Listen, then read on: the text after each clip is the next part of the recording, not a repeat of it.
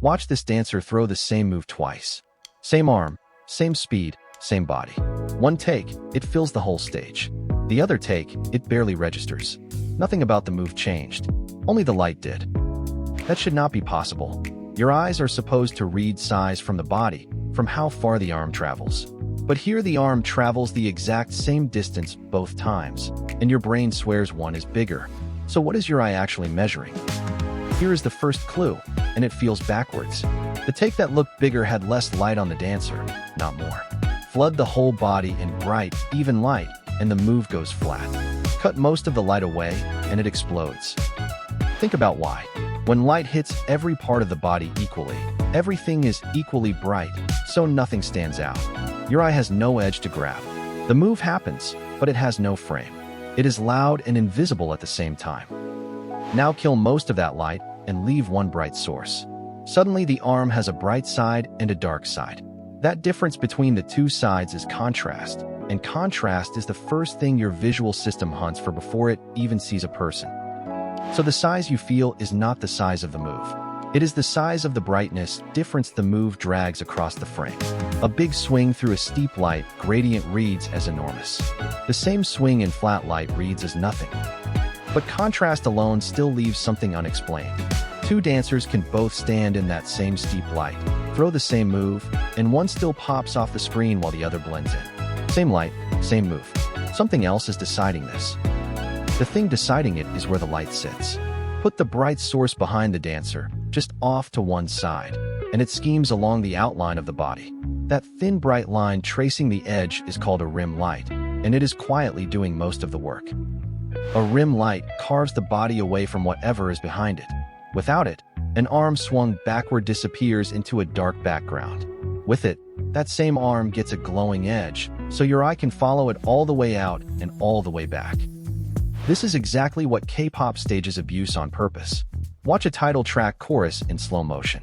The main light is often behind the group, not in front. The faces go a little dark, the outlines go bright, and every sharp move gets its own glowing edge to trace. That choice trades face for shape. You lose some of the pretty close-up detail, but you win something bigger.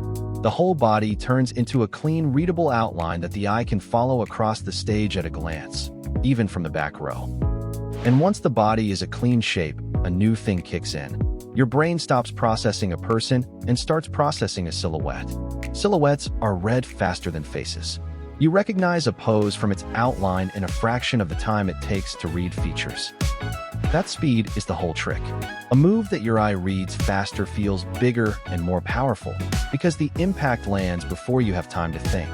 So a dancer who hits clean silhouette poses feels sharper than one whose outline is muddy, even at the identical move. So here is something you can steal right now. When you film yourself, do not light your face. Put your bright light behind you, off to one side, and shoot against something dark. Your moves will instantly look twice as sharp on the same phone. But even a perfect silhouette can fall flat, and this is where it gets interesting.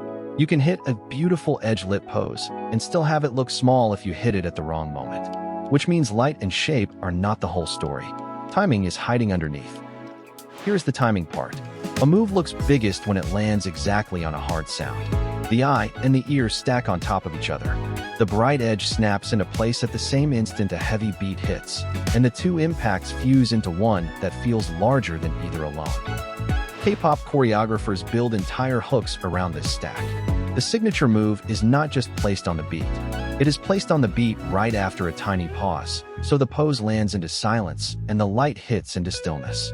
That gap is what makes the hit feel huge. Watch what happens in that half second before the drop. The dancers go still. The lights often dim or hold. Your brain, starved of movement and brightness for a beat, leans in. Then the move and the light fire at once, and the contrast against that stillness is enormous. So bigness is not only spatial, it is also about before and after. A bright pose after darkness reads huge. A loud move after stillness reads huge. In every case, your eye is measuring the jump, the size of the change, never the raw size of the thing itself. If tricks like this keep catching your eye, tap subscribe now. Every one of these light and shadow secrets works on any stage, on any phone, and there is more where this came from. Which loops us back to a question we skipped. If the eye is measuring change, then the dark parts of the stage are not empty. They are the thing the bright move gets measured against. So what is all that darkness actually doing for the dancer? The empty dark around a dancer is called negative space, and it is not empty at all. It is a frame. The more black around a bright move, the more the eye reads that move as isolated and important. Crowd the frame with light and detail, and the same move shrinks. This is why a soloist on a bare dark stage can feel more massive than a full group in bright light. The soloist owns all that negative space. Every bit of darkness is pointing at the one bright thing. There is nowhere else for your eye to go. And you can copy this too. When you frame your own shot, leave room around you, and keep the background dark and simple. Do not fill the frame. That empty margin is not wasted. It is the thing that makes your move look like it matters. Now stack all four together and see the machine. Contrast gives the move an edge. Rim light turns the body into a shape. Timing lands that shape on a beat out of stillness. Negative space frames it in darkness. None of them touched the move. Every one of them changed its size. So the flat take and the huge take really were the identical move.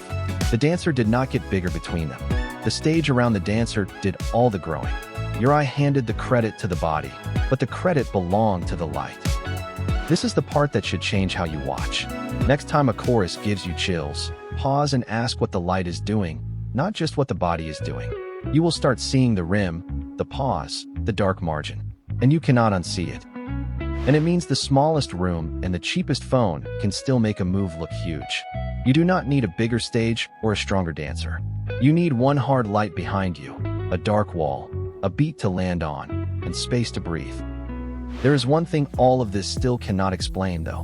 Everything so far was about how the light makes a move look bigger to your eye. But some moves give you actual goosebumps, a physical reaction, even in a still photo where nothing is moving at all.